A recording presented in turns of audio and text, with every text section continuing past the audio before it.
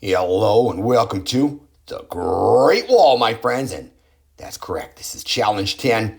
It is an on your own problem, so you should have solved the entire problem on your own. And now you're watching this video just to make sure you did everything correctly. Without further ado, let us move on to our scenario. Amos the Pumping-Iron Ant, Ginny the Love-Sick Giraffe, and Comfortable Ted the Comfort-Seeking Grizzly are headed toward your school. Amos, the Pumping-Iron Ant, is friendly enough, but he is constantly lifting heavy items like chairs, desks, and lunch tables over his head.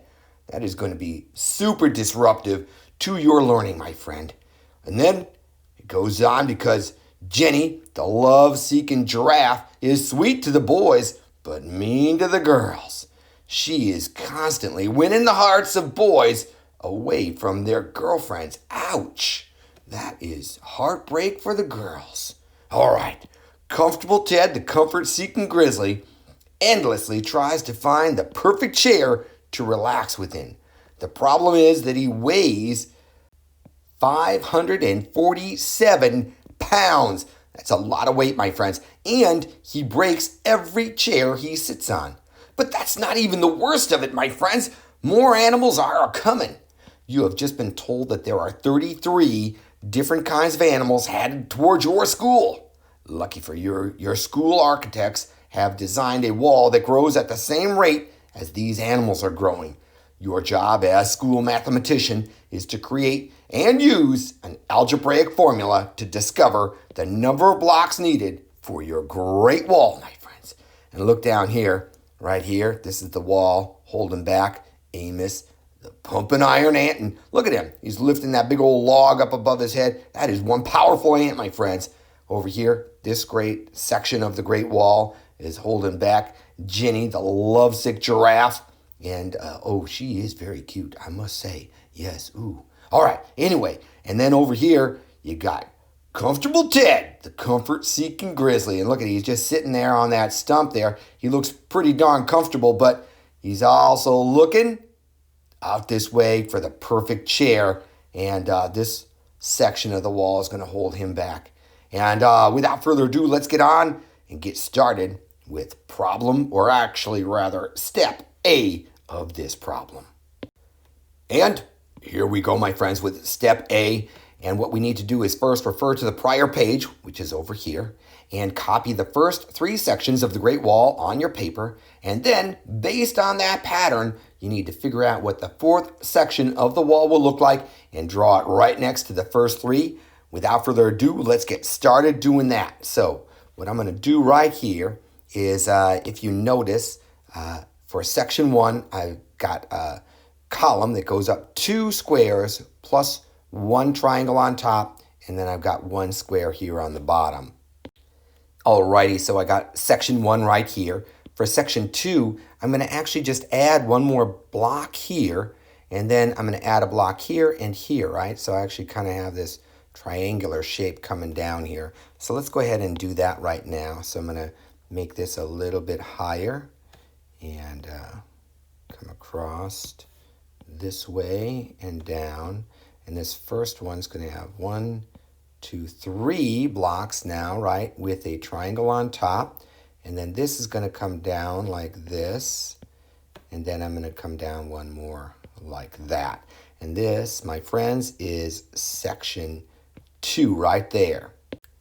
Alrighty, and for section 3 here, you can see that once again I add a 4th block on the top of this row with the triangle on top of it. And then I've got another one here, another one here, and another one here. So I'll continue that pattern. And let me just get a little more room here. And here we go. I'm gonna draw this first row, and I'm gonna go up just a little higher than that one. And now I've got 1, 2, 3 lines, gives me 1, 2, 3, 4 parts. And this had 3 parts, so with the triangle, so I'll add a triangle here.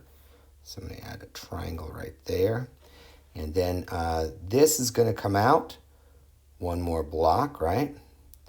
And then extend those lines. And then this is going to come out 1 more block. And I'll extend those lines, and then my final one comes out one more block like that. So now I've got this set, and this is section 3, right? So now for section 4, I'm going to do the same thing. I'm going to add another block on top of this one.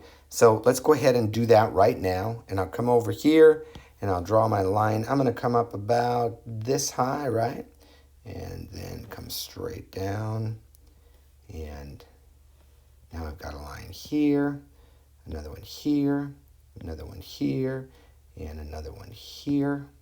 And now I should have 5 blocks because this has 1, 2, 3, 4. So here I should have 5. 1, 2, 3, 4, and 5. Perfect. Now I'm going to simply make my triangle up on top, and then I'm going to make my column. So I'll step down. I go 1 step down with all these blocks, extend the lines, and then I go 1 step down with all these blocks, make the lines, and then I go 1 step down with these, make that line, and then my final step. And I call them steps because if you're starting up here on the triangle, you're going to step down, step down, step down, step down, and step down, right?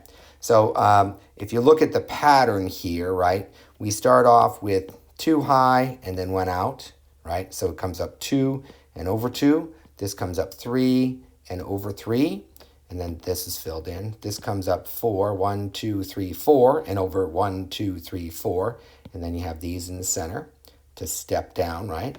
And then this comes up 5, 1, 2, 3, 4, 5, and over 1, 2, 3, 4, 5 with these centers set up so that you step, step, step, right? So that is the pattern. And here we have section 4. And hey, guess what? That is all you had to do for step A, and your paper should look just like this or very similar. And hey, if you made a mistake anywhere along the way, you know by now. No worries at all. Pause that video, fix that mistake. That is your fastest way to learn. Until next time, which is going to hopefully be in about a second here, I hope you have a fantastic day. I'll see you soon.